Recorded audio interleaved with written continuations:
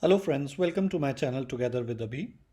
In this video we are going to talk about encryption, which is one of the security mechanism provided by AWS. Now, before diving into the practical examples of how we can implement encryption within S3 to secure our data, it is really important to understand what are the different mechanisms provided by AWS for encryption and why are those different models even provided.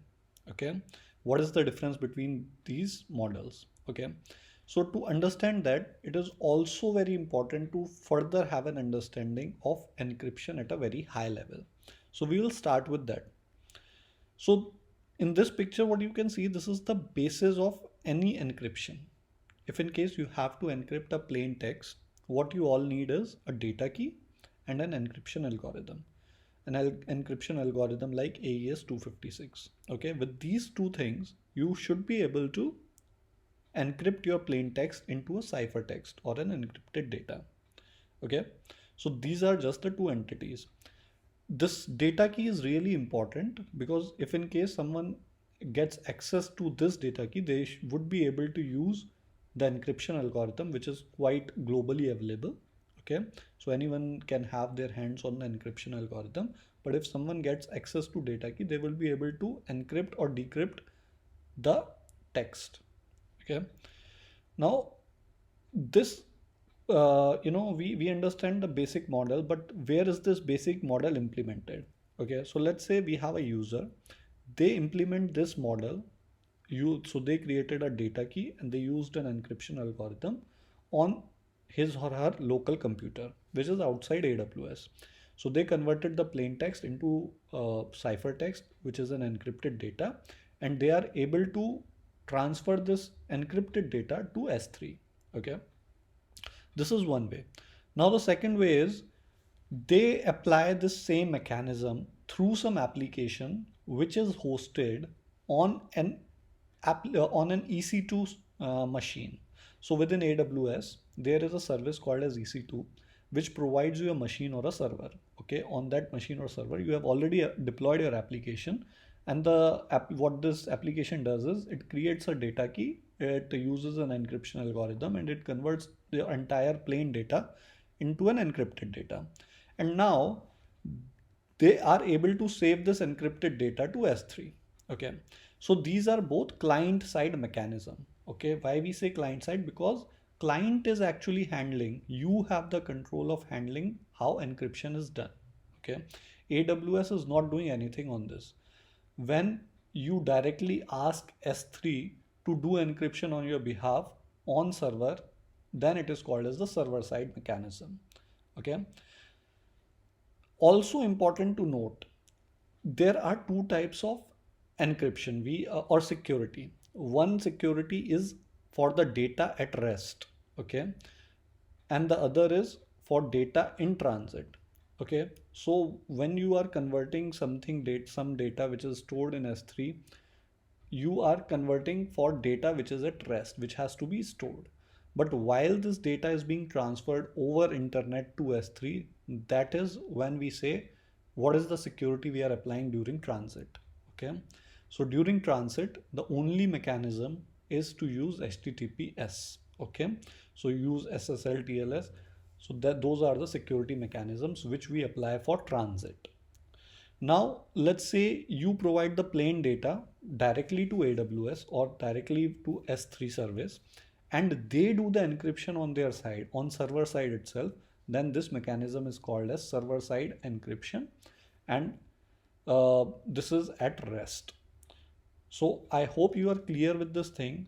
One, what is at rest, and then what is in transit. So transit is just only when you have to transfer your data from using internet. Okay, and at rest means whether you are doing it for client side or server side, data encryption for the data which has to be stored within S3.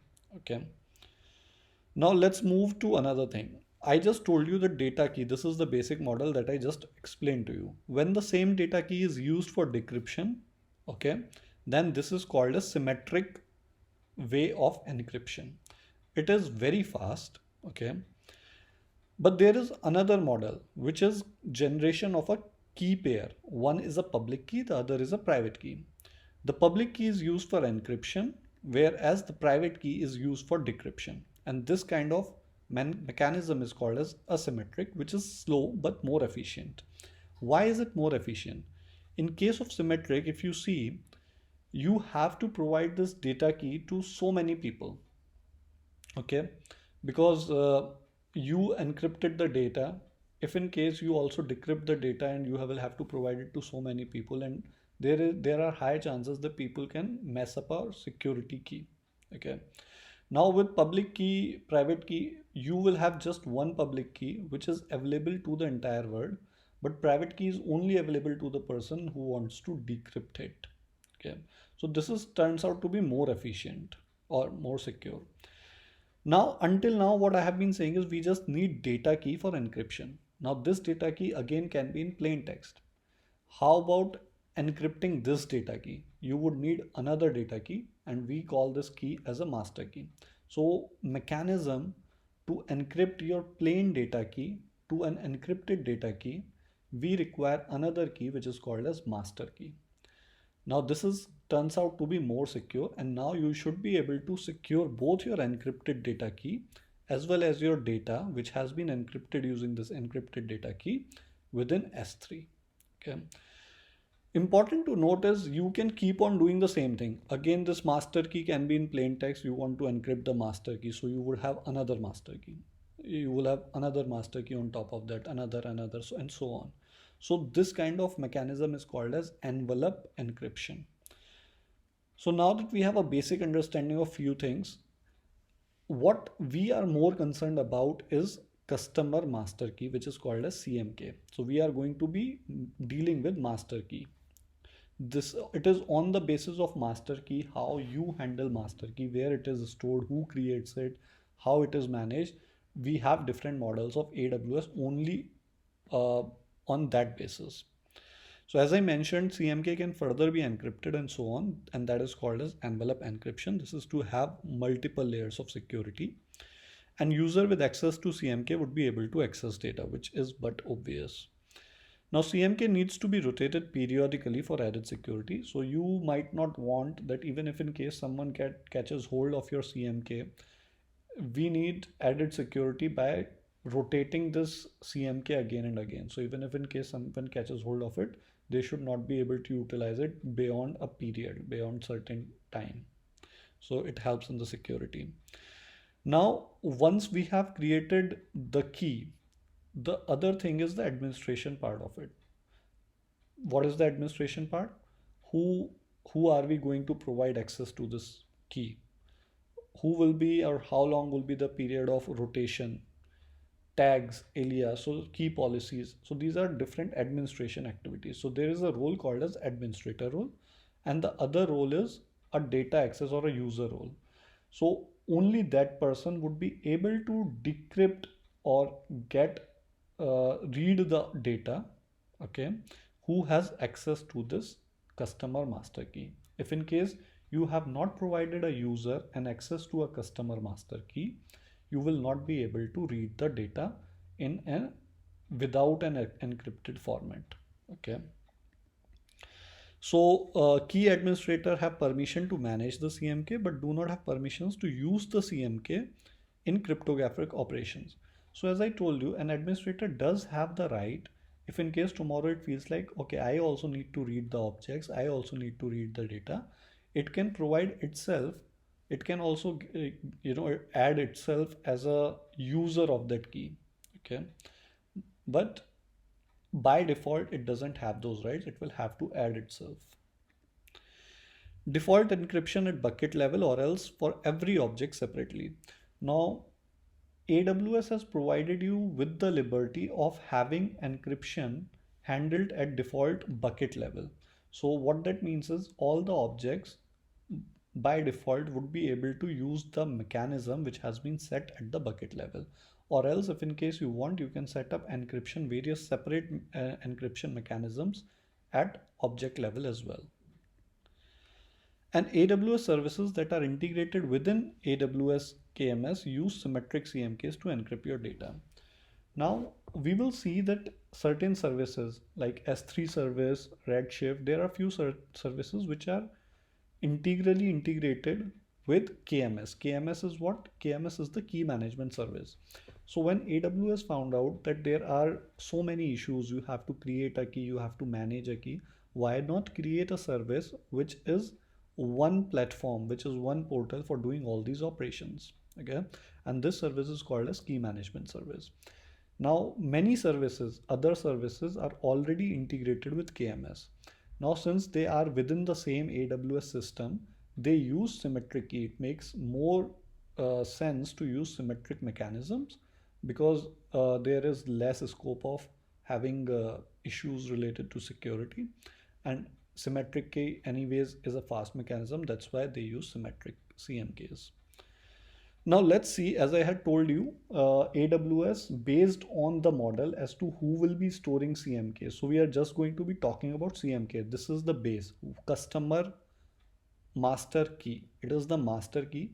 Who is going to create it? Who is going to manage it? Who is going to use it? It is based on this that there are so many models which have been derived in AWS. The first model is customer managed CMKs.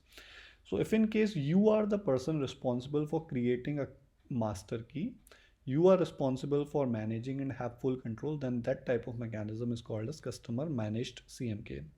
The other is AWS managed CMK, which is AWS managing it on your behalf. So you have the rights to see the key policies, but AWS is managing on your behalf, and it is within your account. It is being used by the services in your account. It is dedicated to your account, but it is just AWS which is doing it on your behalf. And then lastly, there is AWS owned CMKs. So there are many for added security. There are certain CMKs which have been created by AWS. We do not have any rights on it, and this is being shared across multiple accounts and across multiple services.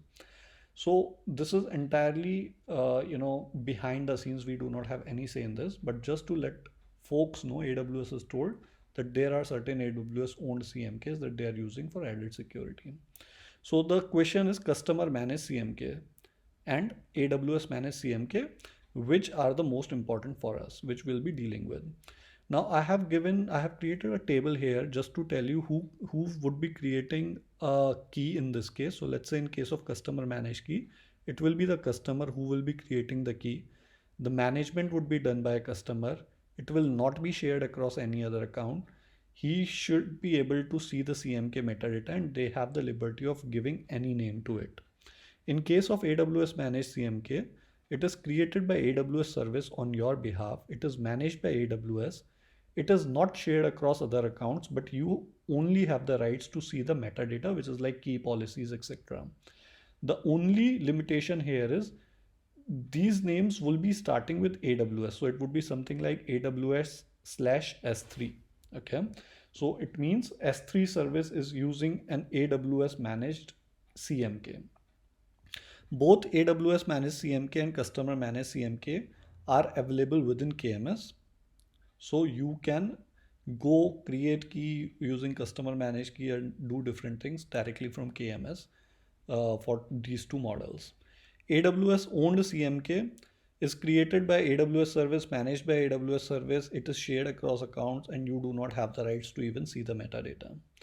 Now, when we say managing key, what we mean is we have to maintain the key policies, IAM policies, rotate the cryptographic material, adding tags, and all this stuff. Okay. Now, even in case of customer managed CMK, there are two things. Now you have to create a key because you have to manage everything. So you have to create the key.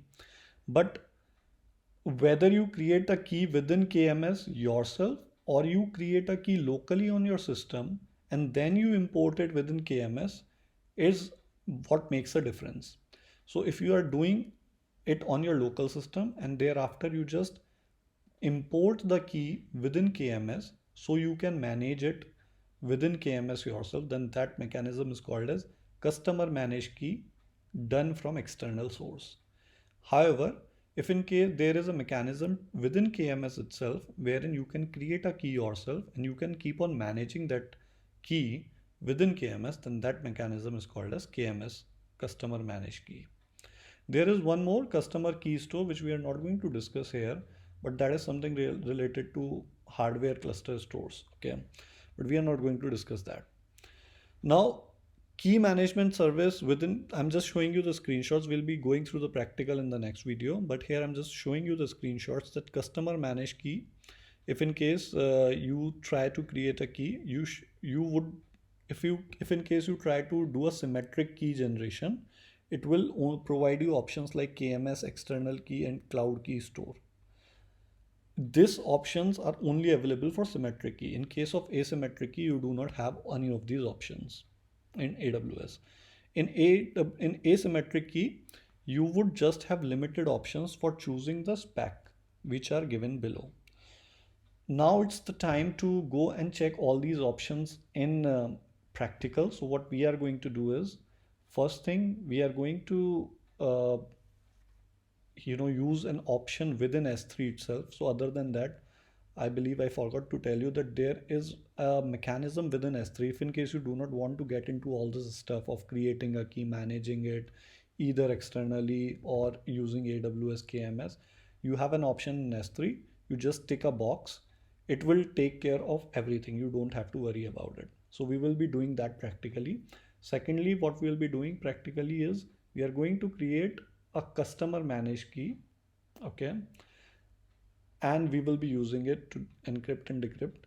Thirdly, we would be using a AWS managed key, okay, which is a key used by S3 service, which we are only able to see. It will be automatically created. It is automatically enabled on using, but we do not have any rights on that. We would only be able to see metadata, so we will use that as well. And at last, we will be seeing in transit mechanism. So how we can enable HTTPS, how we can force people to just use HTTPS for any kind of decryption or get object mechanism. So that is all what we are going to cover in the practical video. I hope you like this video. This is quite important to understand the concepts, otherwise you will not be able to figure out which kind of encryption service suits your needs. So this is really important to understand that. If you like it, please like and share it with others, and do subscribe to my channel. Thanks for your time.